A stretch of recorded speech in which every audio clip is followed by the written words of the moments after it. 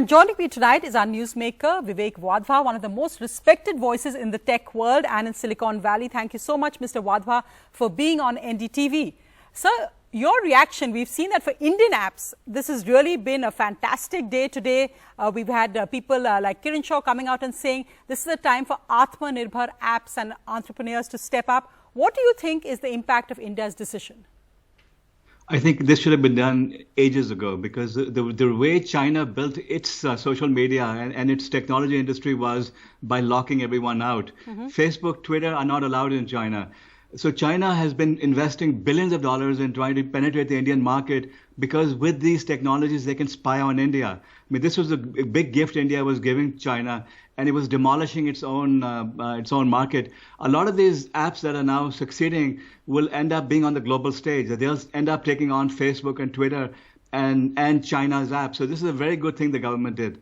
Exactly, because given our population also and our diaspora, we do have just the huge population we have, second only to China, gives us that advantage over, say, the US. But when you talked about spying and Chinese apps like TikTok was just in controversy just 2 days ago, this is not only an issue for India, it's an issue globally as well, for America as well, and Silicon Valley, isn't it?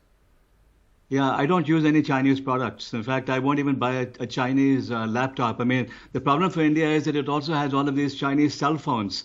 It has to ban those mobile phones, because on it is pre-installed all of this Chinese spyware. So the Chinese are not only listening to calls when they want to, but they're also learning everything about the Indian people. And soon they'll start using it against India. So India needs to wake up immediately and build its own mobile industry and do whatever it has to do. But Mr. Wadhwa, then in a sense, then how far should not just India but other countries go? Because of course the big controversy over Huawei as well. We know that right now they do have permission for 5G trials in India. This was controversial in the US and European countries too. So where do you actually draw a line between saying being overly protectionist, or is it about an issue of national security? Because that's, of course, India has said this is about national security. Where do you draw the line between national security, being protectionist, or just looking at developing Atmanirbhar apps as it were? You see, India needs to lead the world over here. The rest of the developing world can't do what India can do. I mean, other countries, they don't have the skills, they don't have the funding to be able to build mobile networks or to be able to build new apps. So India needs to create these and then share them with the developing world as an alternative to China. It's not only India that's dependent on Chinese technology, it's the rest of Asia, because it's low price. Silicon Valley price is very high, and Apple phones are not affordable by most people.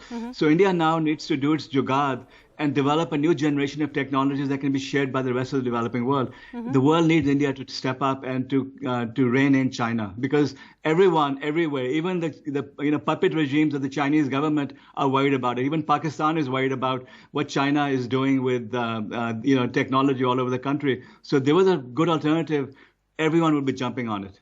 So great. So Mr. Wadhwa, of course, as I said, one of the most respected voices in the tech world, what would your advice be to India now to do immediately? Because just the penetration, we know that Chinese mobile phones are a vast majority of the Indian market currently. Because of the price factor, TikTok had become almost desi, with so many of rural India actually on TikTok now. What would be your advice to the Indian government and Indian app developers out there? We know Chingari's